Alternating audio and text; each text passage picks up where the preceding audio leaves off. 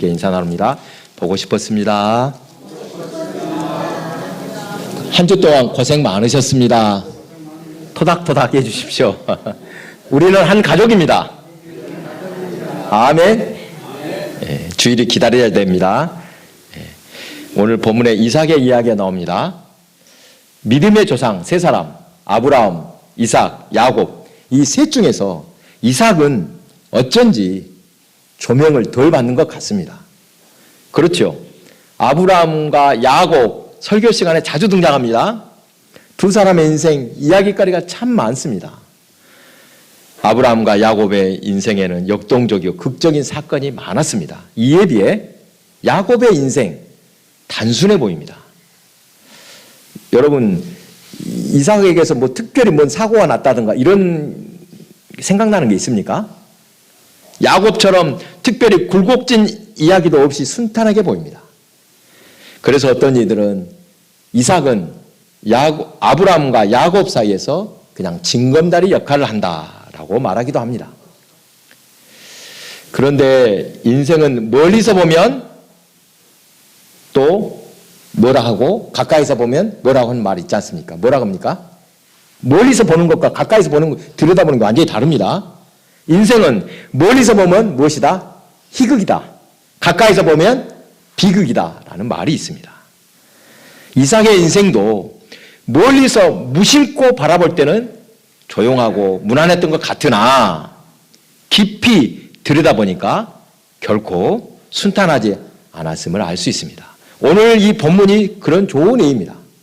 이삭이 평탄했다? 그렇지 않더라는 것입니다. 오늘은 이삭의 인생에서 겪은 고난과 실패를 통해서 교훈을 얻고자 합니다. 오늘 본문을 보니까 우물 파는 이야기가 나옵니다. 맨 이삭은 우물만 판 사람처럼 나옵니다. 고대 중동 지역에서 우물 파는 일, 얼마나 힘든 일이었는지 지금 우리의 현실에서는 상상하기 힘듭니다. 여러분, 우리나라는 물이 흔합니다. 그렇죠. 예전에 우물 팔 때 보니까 장로님도 우물을 많이 파보셨죠. 어지간하면 물을 얻습니다. 그렇죠. 땅을 팠는데 물이 안 나온 경우가 극히 드물 것입니다. 하지만 이 중동 지역, 이 이스라엘에서는 지금도 우물을 파서 물을 얻기가 쉬운 일이 아니라고 합니다. 아무리 장비를 갖추고 땅을 파봐도 물이 안 나온 곳이 많습니다. 지금 현대에도 이런 실정이었는데 고대에는 얼마나 힘들었겠습니까? 우물 파는 일, 아무나 쉽게 할 수 있는 일이 아닙니다. 우물 한번 파자 되는 일이 아닙니다. 왜 그렇겠습니까? 엄청난 인력이 동원돼야 되고 장비가 있어야 되는 큰 한마디로 공사가 아주 토목공사 수준이었습니다. 우리가 생각할 수가 없습니다. 성지순례 하실 때 여러분 부엘세바에 가보신 분들 야곱의 우물 가보셨습니까? 야곱의 우물 가보시면 그 깊이가 얼마나 됩니까? 지금 한 50m 된다고 합니다. 어떤 사람 뭐 70m 된다고 하는데 돌멩이를 똑 떨쳐보니까 풍당하는 소리 들려보면 깊이를 알 수 있는데 최소한 50m 깊이라고 합니다. 우리나라에서는 보통 얼마 정도 땅을 파면 물이 나옵니까? 10m 내죠. 아마 10m 내에서 물이 나온다고 합니다. 그러나 이스라엘에서는 이렇게 수십 미터 깊이를 파야 하는데 그렇게 깊이 팠다고 해도 물이 쉽게 나오는 것도 아닙니다. 헛고생할 때가 참 많다고 합니다. 그야말로 고난의 행군입니다. 이처럼 이스라엘에서는 우물이 귀하구나, 물 얻기가 이렇게 힘들구나 여러분 기억하시기 바랍니다. 우리가 유대인의 상징에서 배웠듯이 이스라엘 사람들은 물을 두 가지로 나눠서 말한다고 했습니다. 성경에도 그런 물이 두 가지가 나옵니다. 인간의 손이 닿아야 하는 물, 즉 수고해야만 얻을 수 있는 물과 인간의 손이 닿지 않고도, 즉 수고하지 않고도 힘들이지 않고도 얻는 물이 있습니다. 어떤 것입니까? 예를 들어서 수고해야만 얻을 수 있는 물, 대표적으로 어떤 물입니까?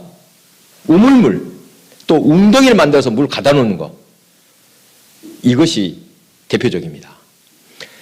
그래서 성경에서 웅덩이, 구덩이가 나왔다 그러면 괴로운 일이 생기겠구나, 이것을 상징한다는 것을 우리가 배웠습니다. 반면에 인간이 수고하지 않고도 얻을 수 있는 물, 대표적으로 빗물, 또요 강물. 그러니까 강같이 흐르는, 내게 강 같은 평화, 내게 강 같은 은혜. 그렇죠. 그 다음에 또 뭐요? 샘물. 여러분, 우물하고 샘물하고 같습니까? 어떻게 다릅니까? 우물하고 샘물하고. 여러분, 구별해야 됩니다. 우물은 어째요? 땅을 파야지, 땅을 파서 물기를 찾는 것이죠. 정확히 말하면. 샘물은요? 그냥 저절로 솟아나는 물. 그러니까 앞에서 말했던 우물은 고생이지만 샘물은 하나님의 은혜다. 힘 안 들이고 하나님이 주신 것이다. 구별하시기 바랍니다. 여러분, 땅을 파서 물을 얻는다. 우리나라니까 쉽지. 거기서는 자, 정말 힘든 일이구나. 이런 것을 꼭 기억하시기 바랍니다.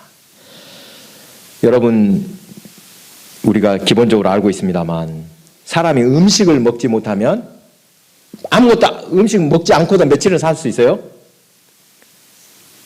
물은 말고 음식 안 먹는 거. 물을 안 먹으면 며칠 삽니까? 물 안 먹고 한 3일, 4일, 5일 그 정도 산답니다. 음식을 안 먹으면요 한 달은 산다고 합니다. 여러분, 이렇게 물은 생명이라고 할 수 있습니다. 생명 같은 물을 얻기 위해 이 중동 지역, 그렇게 척박한 곳에서 얼마나 치열하겠습니까? 경쟁할 수밖에 없습니다. 본문에 나온 것처럼 남의 우물을 이루어 내 것이여 뺏는 경우가 많았습니다. 여러분, 이렇게 내 것이다, 네 것이다 싸우는 경우를 한번 생각해 보십시오. 같은 동네 사람들끼리 싸울 수 있습니까? 같은 동네 사람들끼리는 안 싸우죠, 웬만해서는. 그런데 어때요? 주인이, 저 사람이 타지 사람이에요. 이방 사람이에요. 그러면 어때요? 할만하네. 여러분, 뺏을만하다 합니다. 왜 그러겠습니까? 그 사람 편을 들을 사람이 없기 때문에. 그래서 이방인은, 타지 사람은 늘 서럽습니다.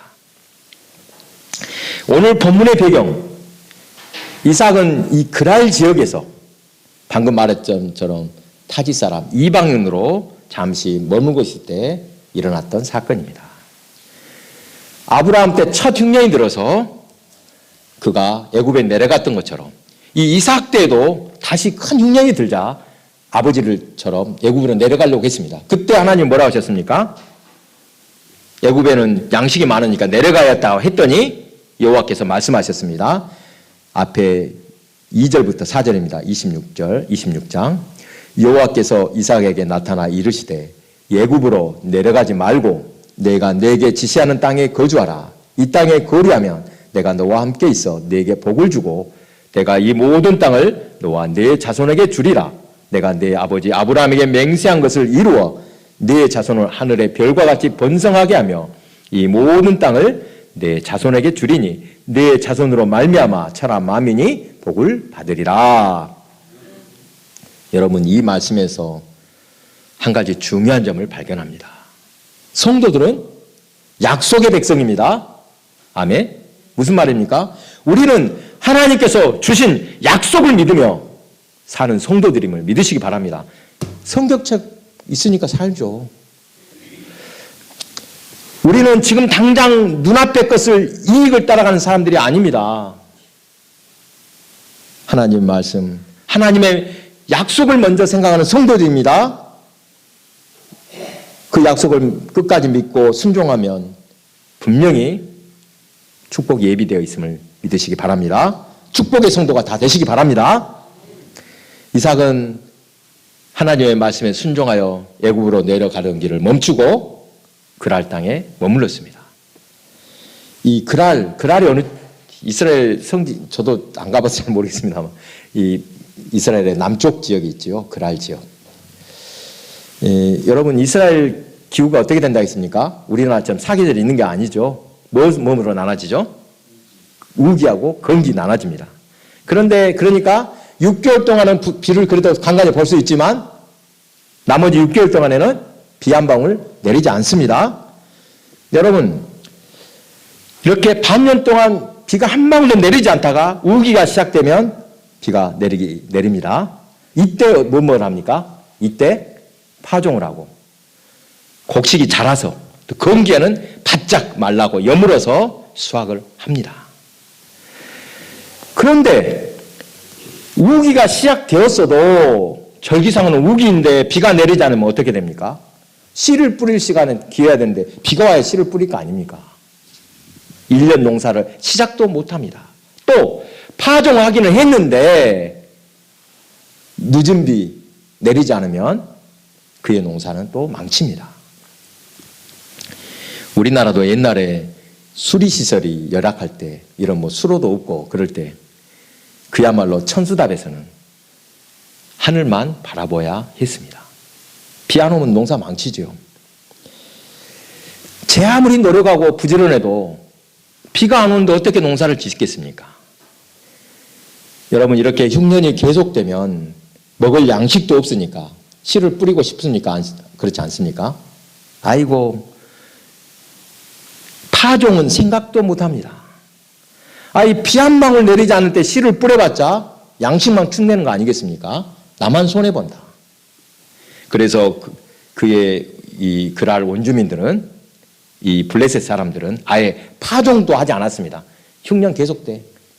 갔다가 파종할 것도 없다. 이때 이삭은 어떻게 합니까? 믿음으로 씨를 뿌렸습니다. 모험을 한 것입니다. 흉년이 들어 비가 내리지 않으니 사람들은 씨를 뿌려봤자 손해볼 것이라고 다 손을 놓고 있었습니다.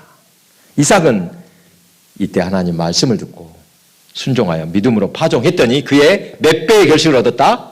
100배의 결실을 얻었습니다. 아멘.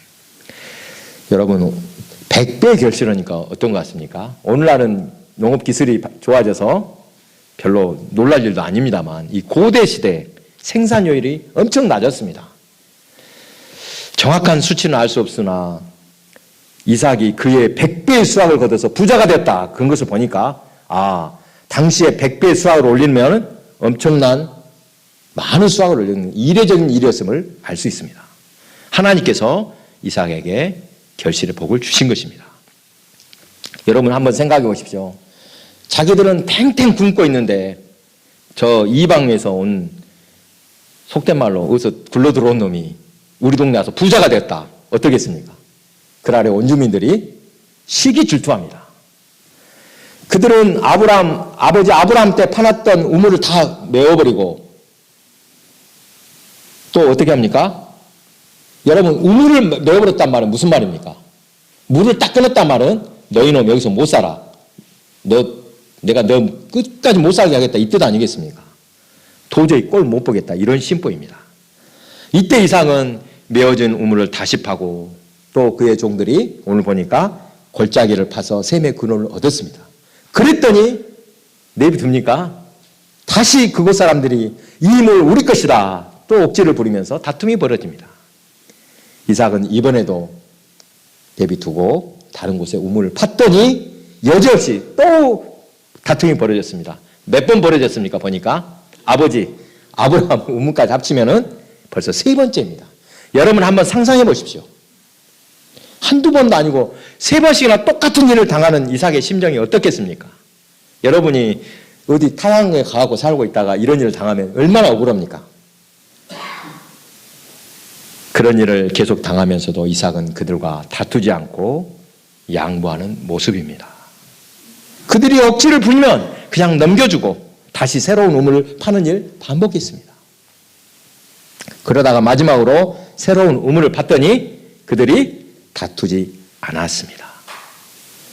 그래서 그 우물의 이름을 뭐라고 했습니까? 르호봇이라고 하였습니다. 이번에는 왜 그들이 가만히 있었을까? 왜 그랬겠습니까? 이제 다투지 않아도 충분한 물을 얻을 수 있었기 때문에 그랬을 것 같습니다. 22절에 여호와께서 우리를 위하여 넓게 하셨으니 이 땅에서 우리가 번성하리로다. 그러니까 이 모든 과정, 즉 이삭이 고생하여 파놓은 우물을 빼앗기고 계속해서 실패하고 어려움을 겪었던 모든 과정을 하나님께서 인도하셨다는 말씀입니다. 갑자기 하나님이 나타나서 내가 이번에 해결해줄게 이것이 아니죠. 그때도 하나님 어쩐다고요? 여호와께서 우리를 넓게 하셨으니 다툼이 일어나지 않는 이유 하나님께서 인도하셔서 평화를 얻게 하셨다는 고백인데 이 고백은 그동안 다툴 때도 하나님께서는 다 보고 계시고 알고 계시고 듣고 계셨구나 이 뜻이 담겨 있습니다. 지난 일요일 길쭉교회에서 노예가 있었습니다. 제가 저번에 잠깐 광고를 했던 것처럼 본의 아니게 정말 저는 제 생전에 이런 일이 있을까 싶습니다만 뜻하지 않게 제가 선거운동원으로 등록하게 되어서 활동을 했습니다. 여러분, 선거는 혼자 나오면 모르는데 두 사람, 세 사람이 나오면 꼭 누가 생겨요? 참 잔인합니다. 예, 승패가 갈립니다. 좀 승리한 사람과 실패한 사람이 나올 수밖에 없습니다. 선거 결과는 제가 지지했던 후보가 낙선하고 상대방 후보가 되었습니다. 솔직히 제가 본인은 아니지만 그래도 여러분 그런 경험이 있으시죠? 같이 운동하거나 도와줬는데 그 사람이 안 되면 속이 좀 그렇죠. 서운하고 아쉽고 안타깝고. 그래서 제가 좀 며칠 한 2, 3일을 끙끙 앓았습니다. 사실은 서운하고 안 됐다. 그러다가 며칠 전에 새벽 예배 기도할 때 하나님께서 오늘 이 본문의 이삭을 생각나게 하셨습니다. 이삭의 일생 순탄치 않았습니다, 여러분. 저는 야곱만 그렇게 막 굴곡진 인생을 사는 줄 알았는데 이삭도 여러 번 실패를 했구나. 아버지 때 힘들어서 파놓은 우물 그곳 사람들이 지기들이 무슨 고난이 있다고 우물을 막고 메운다는 말입니까? 얼마나 억울합니까? 날강도들에게 당한 것입니다. 그렇게 당해서 쓰라린 마음으로 새롭게 우물을 팠더니 또 찾아와서 내놓으라고 합니다. 3번씩이나 당했습니다. 그러니까 연속 3번 실패한 것이라고 할 수 있습니다. 선거로 치자면 어땠다고요? 내리 3번 낙선했다고 하겠습니다. 3번 낙선하면 살겠습니까? 사람 못 살겠습니다. 그런데 여러분, 실패도 우리 인생에서 약이 된다는 사실을 믿으시기 바랍니다. 정말 저는 이번에 체험했습니다. 여러분, 성경의 인물을 보십시오. 하나님께서 크게 쓰시는 사람들은 그에 걸맞게 큰 고난 속에서 다듬으신다는 사실입니다. 사명을 감당할 능력을 키우기 위해서 하나님은 그에게 고난도 주십니다. 고난을 통해 다듬고 꼭 필요한 것들을 갖추게 하십니다. 여러분, 제일 위대한 왕 누가 생각납니까? 다윗. 그렇죠. 다윗이 왕이 되기 전에 몇 년 동안 도망 다녔습니까? 10년 세월입니다. 여러분, 10년 세월 별로 아닌 것 같습니까? 말이 10년이지 하루하루 불안한 사람 10년 동안 한번 살아보십시오. 목숨 부지하기 위해서 떠도는 그런 삶. 다윗은 이러한 삶 속에서 철저히 하나님을 의지하게 되었습니다. 나 지켜줄 사람 아무도 없구나. 하나님이 나를 버리시지 않으면, 하나님이 나를 지켜주지 않으시면 나는 아무것도 아니다. 하나님의 신실하심을 그때 절실하게 깨닫게 되었습니다. 사망의 음침한 골짜기로 다닐지라도 두렵지 않은 다윗의 믿음, 바로 그때 생겼던 것입니다. 자, 그러니까 거꾸로 말하면 그러한 고난이 없었다면 다윗은 그저 평범하고 보통 사람으로 살았을지 모른다는 뜻입니다. 다시 본문의 이삭을 봅니다. 1번, 2번, 3번에 걸쳐 실패와 좌절을 겪으면서도 이삭은 하나님께서 주신 말씀, 내가 내게 지시한 땅에 거주하라. 고난당의 땅에서도 피하지 말고 있어라. 이 말씀에 순종하여 르호보까지 옮겨갔습니다. 그리고 마침내 그곳에서 축복을 얻게 되었습니다. 우리의 신앙도 이와 같습니다. 예수를 믿으면 처음부터 좋은 일 또는 계속해서 좋은 길, 소위 꽃길만 있을 것 같습니까? 예수 믿으니까 문제가 다 해결돼. 나 좋은 일만 있더라. 옛날에 어떤 부흥에서 한 목사님이 이런 말씀을 했다고 합니다. 예수 믿고 3년 안에 부자 못 되면 그 문제 있는 것이다. 이 말이 좋게 들리십니까? 신앙생활의 목적을 오해하는 말입니다. 부자 되려고 예수 믿는 것 아닙니다. 예수 믿어도 세상의 고난이 사라지는 것도 아닙니다. 여러분, 이건 분명히 알아야 됩니다. 하나님께서 인도하신 길이니 탄탄대로 순풍만 있는 것이 아니더라는 것입니다. 살다 보면 참으로 뜻하지 않는 일들 당합니다. 뭔 이런 일을 당할 수 있어? 나만 잘했다고 되는 것도 아니더라는 것입니다. 여러분 운전할 때 참 황당한 일 많이 나가죠. 나만 잘했다고 교통사고 안 납니까? 황당하게 사고 납니다. 아무리 내가 잘 준비하고 준비하고 정신을 차리더라도 실패와 좌절을 맛보게 되더라는 것입니다. 사랑하는 교회 여러분, 바로 그런 순간에 믿음이 필요합니다. 신앙생활에서 체험이 중요하다고 말을 합니다. 그렇죠. 한번 겪은 일은 나중에 비슷한 일을 만날 때 좋은 경험이 됩니다. 신실하신 하나님의 역사를 체험한 성도라면, 한 번이라도 그 권능의 역사를 맛보았다면 그 체험이 우리의 신앙에 강한 무기가 될 줄로 믿으시기 바랍니다. 그래서 체험이 중요합니다. 이삭이 그랄 사람들과 끝까지 다투지 않고 새롭게 희망의 우물을 팔 수 있었던 것, 놀라우신 하나님의 축복을 체험했기 때문입니다. 안 다퉈도 어째요? 하나님이 예비하고 계시면 100배 결실을 주더라는 것입니다. 다른 사람들 씨를 뿌릴 생각조차 못한 그 흉년에도 100배의 결실을 주시는 하나님을 체험했습니다. 약속을 믿고 하나님을 끝까지 믿고 따라가면 반드시 구원의 길, 축복의 길이 있음을 분명하게 체험했습니다. 23절, 25절입니다. 이삭이 거기서부터 부엘세바로 올라갔더니 그 밤에 여호와께서 그에게 나타나 이르시되 나는 내 아버지 아브라함의 하나님이니 두려워하지 말라. 내 종 아브라함을 위하여 내가 너와 함께 있어 내게 복을 주어 내 자손이 번성하게 하리라 하신지라. 이삭이 그곳에 제단을 쌓고 여호와의 이름을 부르며 거기 장막을 쳤더니 이삭의 종들이 거기서도 문을 팠더라. 하나님께서는 이삭에게 바로 이것을 원하셨습니다. 아브라함에게 주신 약속을 이제 거기서 끝난 것이 아니라 너에게 물려가게 해줄 것이다. 그 약속을 믿고 하나님께 예배하며 하나님과 신실하게 동행하자 원하셨던 것입니다. 여러분, 하나님과 동행하는 것이 진짜 복임을 믿으시기 바랍니다. 진짜 맞습니까? 아멘. 오늘 설교 제목, 이 도종환 시인의 흔들리며 피는 꽃이라는 시에서 그대로 가져왔습니다. 한 번쯤 들어보셨죠? 흔들리며 피는 꽃. 가을에 낭송하기 좋은 계절입니다. 제가 이 시간에 이 시를 낭송하겠습니다. 흔들리며 피는 꽃, 도종환. 흔들리지 않고 피는 꽃이 어디 있으랴.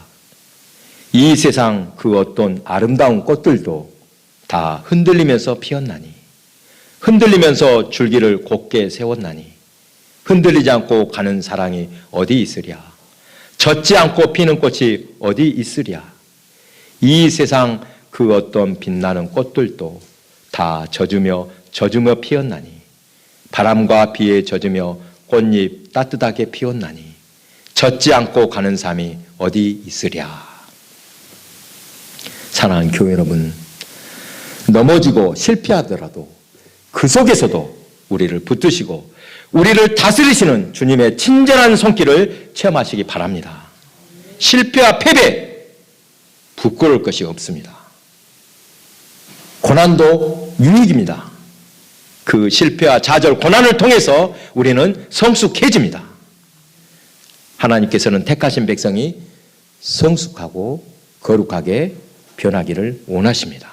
끝까지 주님을 의지하심으로 주님이 기뻐하시는 길을 걸어가시기 바랍니다. 그것이 바로 축복의 길임을 믿으시기 바랍니다. 은혜가 풍성하신 하나님 감사합니다.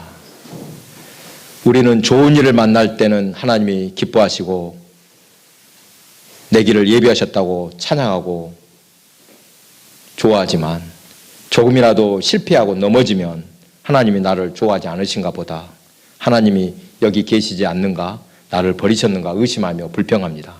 그러나 좋을 때나 굳을 때나 오히려 실패하고 좌절할 때 하나님은 더 강권적으로 우리에게 역사하고 계시며 우리의 발걸음을 인도하신다는 사실을 굳게 믿고 어떤 순간에도 새로운 우물을 팠던 이삭처럼, 그래서 끝내 축복을 얻은 이삭처럼 우리의 신앙이 다 성공하고 승리하는 성도들의 신앙이 되게 하여 주옵소서.